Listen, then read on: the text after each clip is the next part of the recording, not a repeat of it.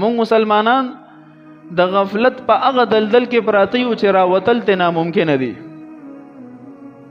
وړو غوندې کې قابض چند علاقو باندې مشتمل خلق دي، په مسلمانانو باندې سر وګرځول، ټول کفر متحد شوی دی.